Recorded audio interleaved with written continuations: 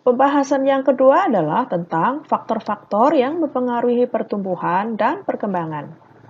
Yang pertama adalah faktor luar, contohnya 1. Nutrisi atau unsur hara, yang kedua cahaya, yang ketiga air, keempat suhu, dan kelima kelembaban. Sedangkan faktor dalam adalah faktor yang terdapat di dalam tubuh organisme tersebut, meliputi faktor genetik dan faktor hormon.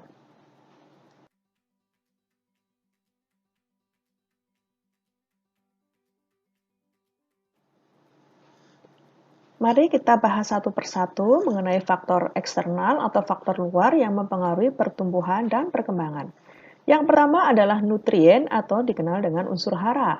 Unsur hara sebagai sumber energi dan sumber materi untuk sintesis berbagai komponen sel yang diperlukan selama pertumbuhan. Nutrien dibedakan menjadi dua, yaitu makronutrien, yaitu unsur yang dibutuhkan dalam jumlah banyak, dan yang kedua adalah mikronutrien, yaitu unsur yang dibutuhkan dalam jumlah sedikit. Tumbuhan yang kekurangan nutrien atau unsur hara, pertumbuhannya akan terhambat.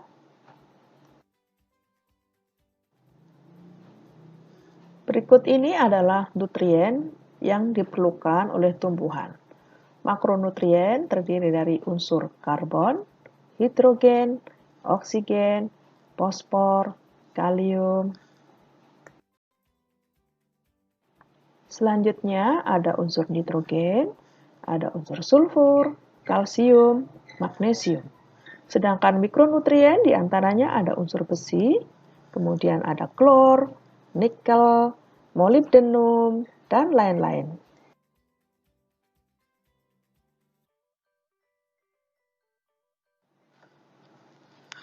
Faktor yang kedua adalah cahaya. Cahaya matahari diperlukan oleh semua makhluk hidup. Tumbuhan membutuhkan cahaya matahari untuk fotosintesis dan untuk pertumbuhan. Dalam keadaan gelap, auksin merangsang pemayangan sel sehingga bisa tumbuh lebih cepat. Tetapi tumbuhan tersebut mengalami etiolasi. Apa yang dimaksud dengan etiolasi? Ya, tanaman akan tampak berwarna kuning, pucat, kurus.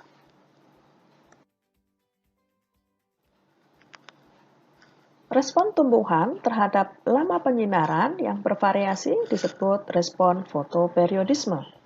Respon tumbuhan terhadap fotoperiodisme ini berupa pembungaan, dormansi, perkecambahan, dan perkembangan. Respon ini dikendalikan oleh pigmen fitokrom. Berdasarkan pengaruh lamanya penyinaran, tumbuhan dibedakan menjadi yang pertama adalah tumbuhan hari pendek atau short day plant, seperti dahlia, stroberi, dan krisan, yaitu yang mendapatkan penyinaran kurang dari 12 jam.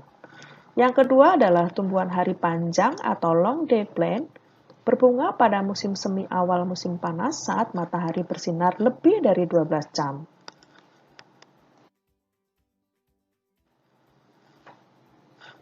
Yang ketiga adalah tumbuhan hari sedang, yaitu tumbuhan yang berbunga jika mendapatkan penyinaran sekitar 12 jam.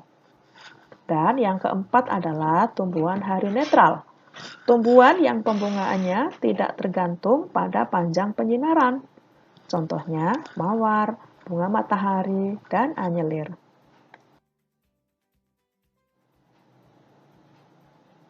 Faktor yang ketiga adalah air.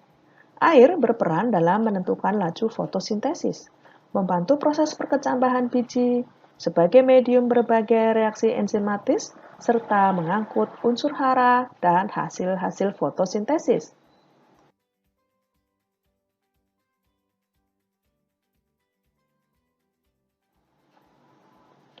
Faktor yang keempat adalah suhu. Semua organisme memerlukan suhu tertentu untuk bertahan hidup. Suhu berpengaruh terhadap kerja enzim dan fisiologi organisme.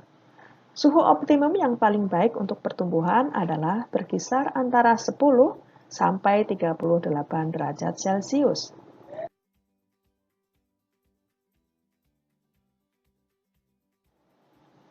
Faktor yang kelima adalah kelembaban.